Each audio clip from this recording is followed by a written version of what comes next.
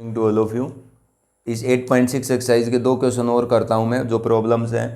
ये बड़ा important question है।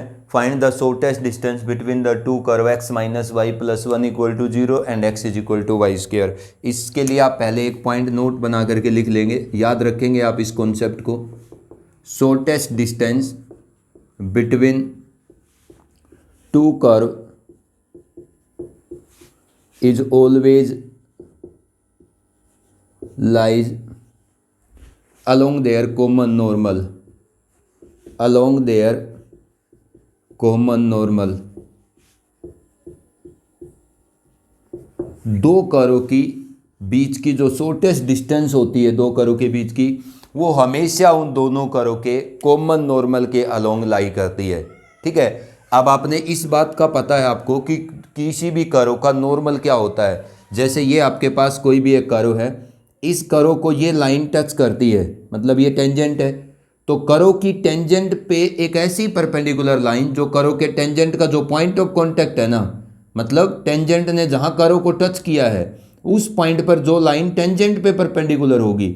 अब ये जो लाइन है L1, ये इस टेंजेंट लाइन L पर क्या है, परपेंडिकुलर है, लेकिन इस टेंजेंट लाइन पर परपेंडिकुलर लाइन कहाँ होनी चाहिए, वो नॉर्मल जहां टेंजेंट का पॉइंट ऑफ कांटेक्ट है। मतलब एक ऐसी लाइन जो टेंजेंट पे परपेंडिकुलर होती है, कर्व की टेंजेंट पे परपेंडिकुलर होती है, लेकिन कहाँ परपेंडिकुलर होती है, कर्व की टेंजेंट पे जहां कर्व को टच किया है टेंजेंट ने। तो टेंजेंट का जो कर्व के साथ पॉइंट ऑफ कांटेक्ट है उस पॉइंट पर जो लाइन टेंजेंट पे परपेंडिकुलर होगी वो नॉर्मल कहलाएगी। अब मैंने आपको क्या कहा है कि दो कर्व के बीच की शॉर्टेस्ट डिस्टेंस उन दोनों कर्व के कॉमन नॉर्मल के अलोंग लाई करती है। इस बात का मतलब क्या कि ये आपके पास एक कर्व है, ये आपकी एक कर्व है।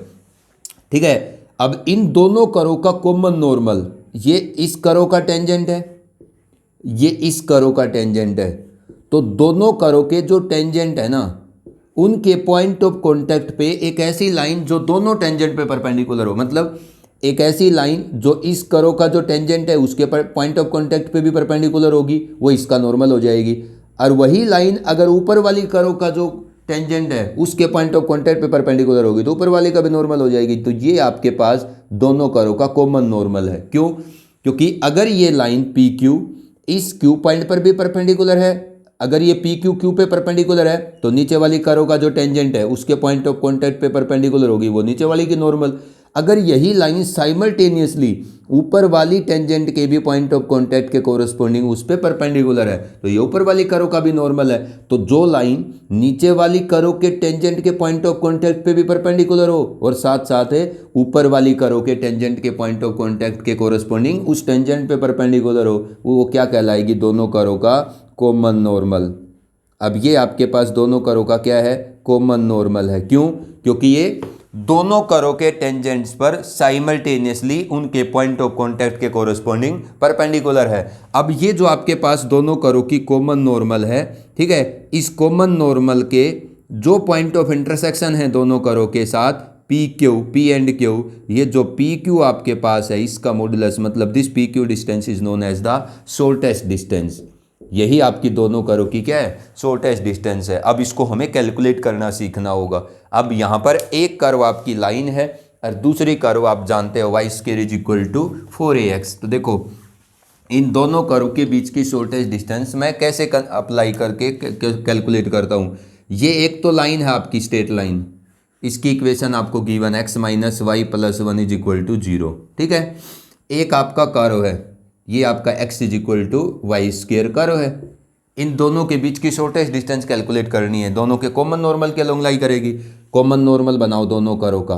ये आपके पास इस कर्व पे एक टेंजेंट बनाइएगा आप, ये इस कर्व का क्या है, एक टेंजेंट है।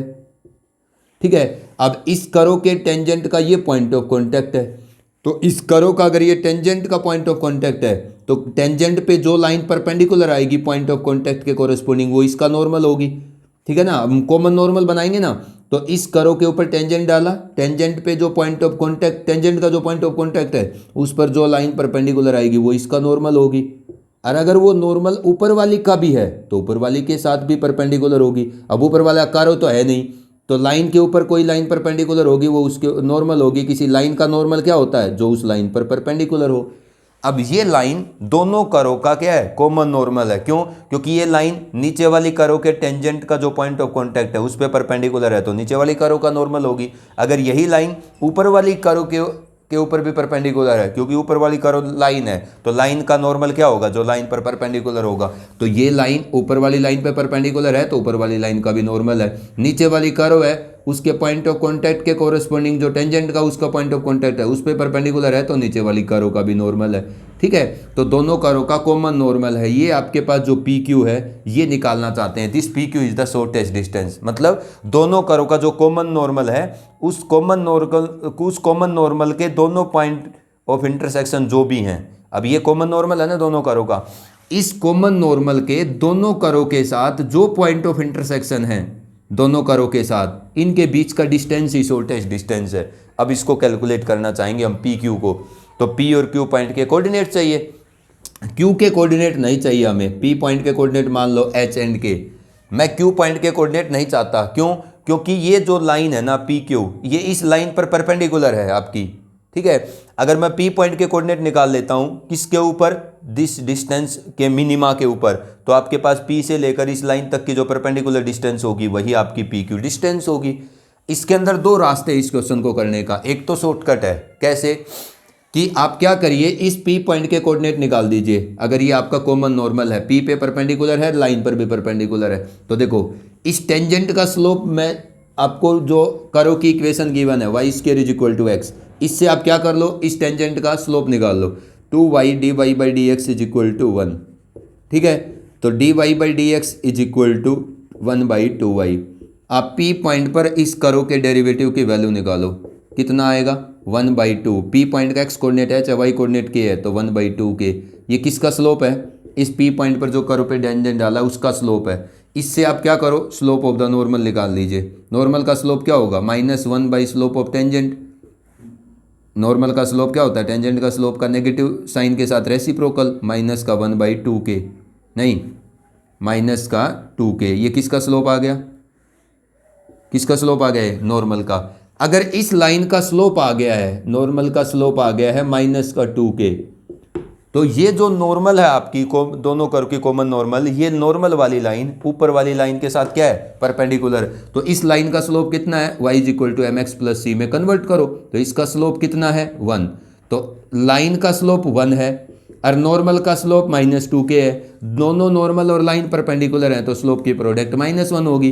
तो लाइन का स्लोप तो कितना है 1 और नॉर्मल का स्लोप कितना है -2 के, दैट इज इक्वल टू -1। यहाँ से k क्या मिल जाएगा 1/2। कॉमन नॉर्मल की प्रॉपर्टी से मैंने क्या किया है, आपके उस करो के साथ जो पॉइंट ऑफ कांटेक्ट है ना टेंजेंट का P पॉइंट, उसके y कोऑर्डिनेट निकाल लिया है। K की वैल्यू 1/2 है, तो ये करो की इक्वेशन को सेटिस्फाई करेगा P पॉइंट। अगर P पॉइंट करो की इक्वेशन को सेटिस्फाई करेगा तो x की जगह हम क्या लिख देंगे, h लिख देंगे और y की जगह k लिख देंगे। तो x की जगह अगर आप h लिख दोगे तो आप h की वैल्यू k की वैल्यू तो आ चुकी है आपके पास, तो k h कितना आ जाएगा 1/4। ठीक है ना, k 1/2 आया है तो h कितना 1/4। तो p पॉइंट के कोऑर्डिनेट निकाल दीजिए, h 1/4 आ गया और k कोऑर्डिनेट क्या आए थे 1/2। अब आपको पी क्यू ही तो निकालनी है ना, यही तो है आपकी शॉर्टेस्ट डिस्टेंस। अब पी क्यू क्या है, पी क्यू इस पॉइंट की इस लाइन से क्या है, परपेंडिकुलर डिस्टेंस। इस पॉइंट की इस लाइन से परपेंडिकुलर डिस्टेंस, किसी पॉइंट की किसी लाइन से परपेंडिकुलर डिस्टेंस कैसे निकालेंगे, अपने पी पॉइंट का एक्स कोऑर्डिनेट लाइन की इक्वेशन में एक्स की जगह रखो 1/4। ठीक है, अपनी लाइन का पी पॉइंट का वाई कोऑर्डिनेट लाइन के इक्वेशन में वाई की जगह रखो 1/2 प्लस कांस्टेंट टर्म को मत छेड़ो, मॉडुलस, उसका क्या modulus divide by square root of A square plus B square, X के कोफिशिएंट का स्क्वायर वाई के कोफिशिएंट का स्क्वायर, लाइन की इक्वेशन में जो भी है। ये आ जाएगा ऊपर 3/4 का मॉडुलस 3/4, ये √2, तो ये आपके पास आ जाएगा 3/4√2। अगर आप रेशनलाइज करेंगे √2 से मल्टीप्लाई डिवाइड करके तो 3√2 डिवाइड बाई 8 यूनिट।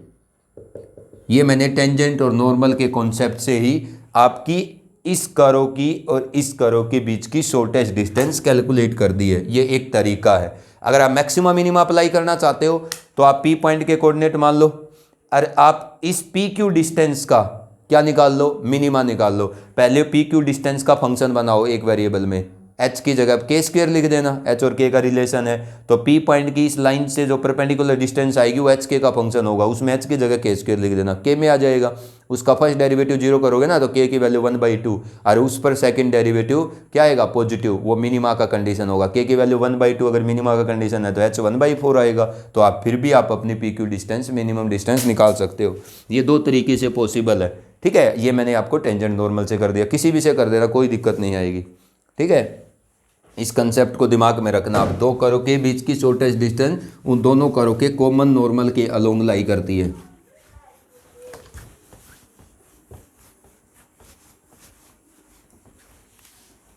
एक क्वेश्चन और करता हूं मैं।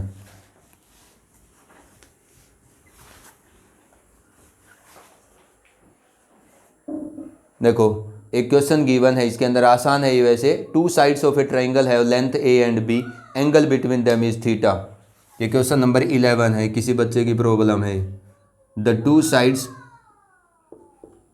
To sides of a triangle have length A and B and the angle between them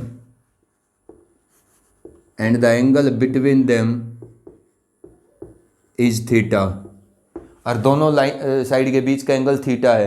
what value of the theta will maximize the area of the triangle. What value of theta will maximise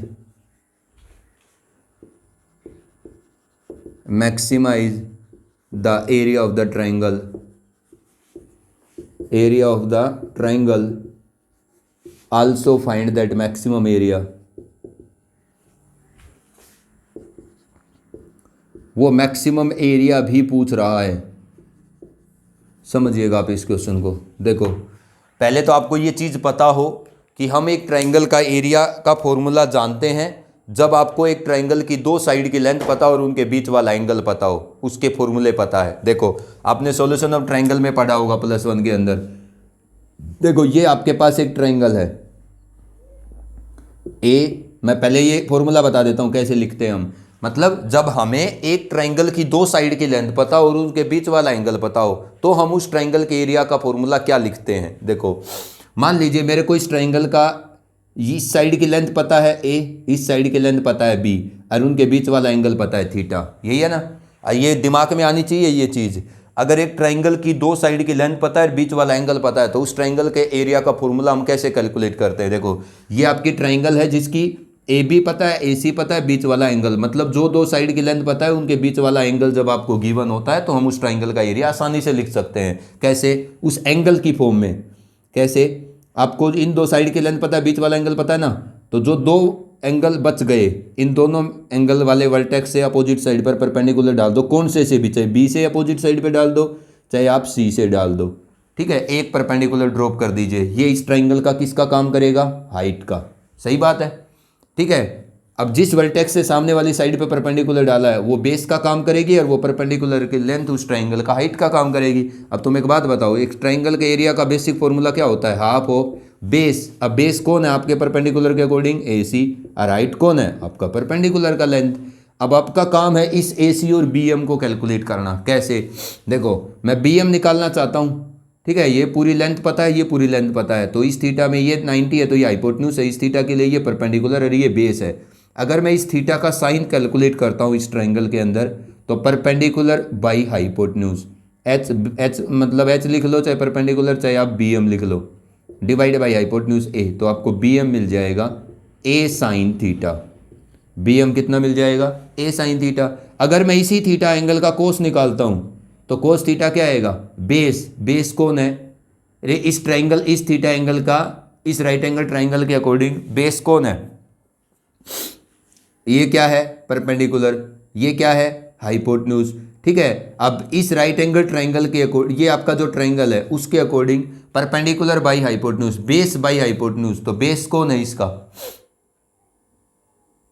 base अब निकालना चाहते हो आप ए सी, ठीक है। तो base आपके पास कितना आ जाएगा? A C divide by hypotenuse A, तो A C is equal to A cos theta ठीक है, लेकिन ये राइट एंगल ट्राइंगल के अंदर काम नहीं करेगा। S A B sine theta, B का इंक्लूजन होगा। अब यहाँ से आपके पास एस बी एम तो कितना आ गया, ए साइन थीटा। ठीक है, अब इस राइट एंगल ट्राइंगल के अंदर अगर मैं अपोजिट साइड पे परपेंडिकुलर डालूंगा तो उससे मिलेगा बी एम आ गया A sine theta half A B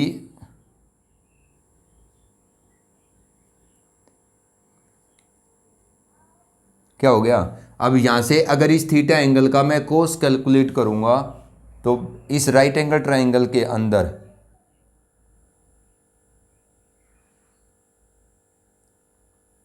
मेरे को ए सी कैलकुलेट करना है, तो ए सी तो इससे तो नहीं आएगा।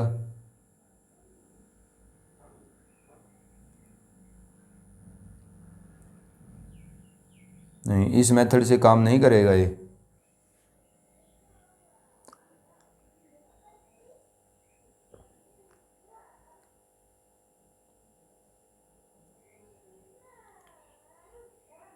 हाफ ऑफ ए बी,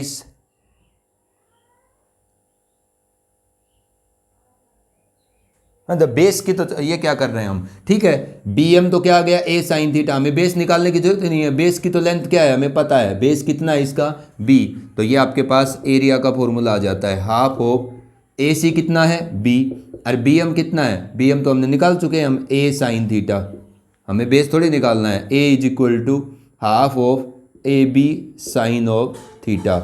अब मेरी बात सुनिएगा, आपको जब एक ट्रायंगल की दो साइड की लेंथ पता हो और उनके बीच वाला एंगल पता हो तो उसके एरिया का फॉर्मूला है हाफ ऑफ, जिन दो साइड की लेंथ पता है ना उन दोनों की product multiplied by sine of angle between them. समझ में आ गई। अगर आपको एक ट्रायंगल का एरिया निकालना है तो अगर आपको उन दोनों साइड की लेंथ पता, एक ट्रायंगल के अंदर दो साथ साथ वाली साइड की लेंथ पता है और उनके बीच वाला एंगल पता है, तो हाफ ऑफ उन दोनों साइड की लेंथ की product multiplied by sine of the angle between the to side. मतलब अगर हमें एक ट्रायंगल की दो एडजेसेंट साइड की लेंथ पता होती है और उनके बीच वाला एंगल पता होता है तो हम ट्रिग्नोमेट्रिक फॉर्म में उस ट्रायंगल के एरिया का फॉर्मूला निकाल सकते हैं या लिख सकते हैं। ये किससे लिखा गया है, इसी बेसिक एक्सप्रेशन से, ये मैंने आपको बता दिया है। ठीक है ना, हमें बेस निकालने की कोई जरूरत नहीं है। अब देखो क्या कहता है कि अगर एक ट्रायंगल की दो साइड की लेंथ है ए और बी, थीटा उनके बीच का एंगल है, तो ये आ गया ना उस ट्रायंगल का एरिया। तो थीटा की किस वैल्यू पर ये एरिया क्या होगा, इस ट्रायंगल का मैक्सिमम होगा, तो मैक्सिमम अप्लाई करेंगे, इस एरिया का मैक्सिमम निकालेंगे। फर्स्ट डेरिवेटिव करो थीटा के रिस्पेक्ट में, half of A B sine theta का क्या आएगा कोस थीटा। अब d a by d theta को क्या करो, जीरो के इक्वल पुट करो, तो कोस थीटा ही जीरो होगा, हाफ ए बी तो उधर जाके जीरो हो जाएगा, कोस थीटा जीरो का मतलब theta is equal to pi by 2। अब इसका सेकेंड डेरिवेटिव चेक करो, d square a by d theta square क्या आएगा, minus half of A B sine theta, यही आएगा। अब इसके सेकंड डेरिवेटिव की वैल्यू, एरिया का सेकंड डेरिवेटिव थीटा के रिस्पेक्ट में, इस थीटा की वैल्यू पर जिस पे फर्स्ट डेरिवेटिव जीरो हुआ है क्या आता है, minus half A B sine pi by 2, कितना होगा sine pi by 2 1, that is negative. इसका मतलब थीटा की वैल्यू पाई बाई 2 पर अगर एरिया का फर्स्ट डेरिवेटिव जीरो है और सेकंड डेरिवेटिव नेगेटिव है तो थीटा की वैल्यू पाई बाई 2 के कोरस्पोंडिंग आपके एरिया की वैल्यू क्या आएगी, maximum. And also find the maximum area, तो ए मैक्स, एरिया मैक्सिमम होगा ना पाई बाई 2 पे, तो वो मैक्सिमम एरिया क्या होगा sine pi by 2 1 half A b square unit. मैं उम्मीद करता हूँ आपको ये समझ आ गया होगा। ठीक है, तो आपको ये इसको याद नहीं करना, रटना नहीं है, आपको ये कैलकुलेट करना आना चाहिए, आसान सी चीज़ है। तो अगर हमें एक ट्रायंगल की दो साइड की लेंथ पता है, बीच वाला एंगल पता है, तो वो थीटा की वैल्यू पाई बाई 2 पर आपका एरिया मैक्सिमम होगा और वो maximum area half of the product of the two sides के इक्वल होगा। ठीक है, अब आपने आज इस एक्सरसाइज को बिल्कुल नीट एंड क्लीन क्लियर कर लेना है। ठीक, कल आप इसका टेस्ट देंगे।